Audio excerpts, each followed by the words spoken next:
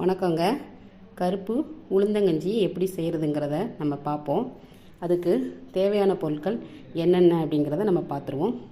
கருப்பு தொளி உளுந்து எடுத்திருக்கேன், பனை வெல்லம், கருப்பு கவுனி அரிசி, பாதாம் பருப்பு, சுக்கு, ஏலக்காய், தேங்காய் துருவல்.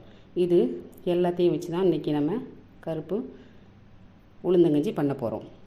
2 கப் அளவு உளுந்து, 1 கப் அளவு அரிசி, அரை கப் அளவு பாதாம் பருப்பு, 5 ஏலக்காய், சிறிதளவு சுக்கு. அப்புறம் இந்த தேங்காய் துருவலையும் வெல்லத்தையும் தேவைக்கேற்ப நம்ம எடுத்துக்கலாம். அப்பப்போ கஞ்சி பண்ணும்போது எடுத்துக்கலாம். முதல்ல உளுந்தை போட்டு வறுக்க போகிறோம். வெறும் சட்டியில் போட்டு வானலியில் போட்டு வறுத்து எடுத்துக்கிற போகிறோம். ரொம்ப கருகாமல் மிதமான சூட்டில் வறுத்து எடுத்துக்கிறணும்.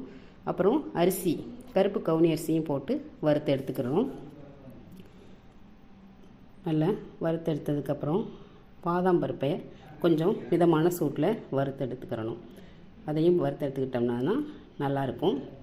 அப்புறம் ஏலக்காயும் சுக்கும் வச்சுருக்கோம் இல்லையா, அதையும் நம்ம வறுத்து எடுக்கணும்.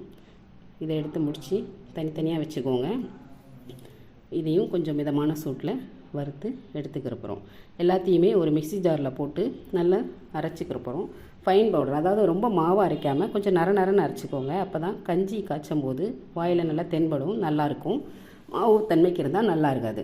இப்போ ஒரு பாத்திரத்தில் 1 கிளாஸ் அளவு தண்ணி வச்சுக்கோங்க. அதில் 2 ஸ்பூன் அந்த அரைச்ச பொடியை நம்ம போட்டுக்கிற போகிறோம்.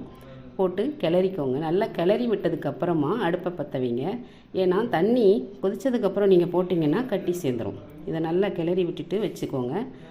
இப்போது கிளறி விட்டாச்சு. இப்போ இது கூடயேவும் கொஞ்சம் நமக்கு என்ன தேவையோ, இனிப்பு தேவையோ அந்த அளவுக்கு பனை வெல்லம் சேர்த்துக்கோங்க. சேர்த்துட்டு அதை நல்லா கிளறி விடுங்க. கிளறி விடும்போது நல்லா வெந்து அந்த ஒரு பதம் வருங்க, கஞ்சி பதம் வரும். அந்த அரிசியும் உளுந்தும் எல்லாம் சேர்ந்து நல்லா வெந்ததுக்கப்புறம் ஒரு பதம் வரும். அந்த பதம் வந்ததுக்கப்புறம் தேங்காய் துருவல் துருவி வச்சுருக்கோம் இல்லையா, அந்த தேங்காய் துருவலை எடுத்துக்கிறணும். அதை எடுத்து அந்த கஞ்சியில் கொஞ்சம் போட்டுக்கோங்க. உங்கள் தேவைக்கு எவ்வளோ தேவையோ அதை போட்டுக்கோங்க. போட்டு கிளறி எடுத்துக்கோங்க. இப்போது நமக்கு சூடான உளுந்தங்கஞ்சி சட்டுன்னு தயாராகிடுச்சு, சீக்கிரமாக தயாராகிடுச்சு. இந்த பொடியை நீங்கள் ஸ்டோர் பண்ணி வச்சுக்கோங்க. எப்போ வேணாலும் நம்ம கஞ்சி தயார் பண்ணி குடிச்சிக்கலாம்.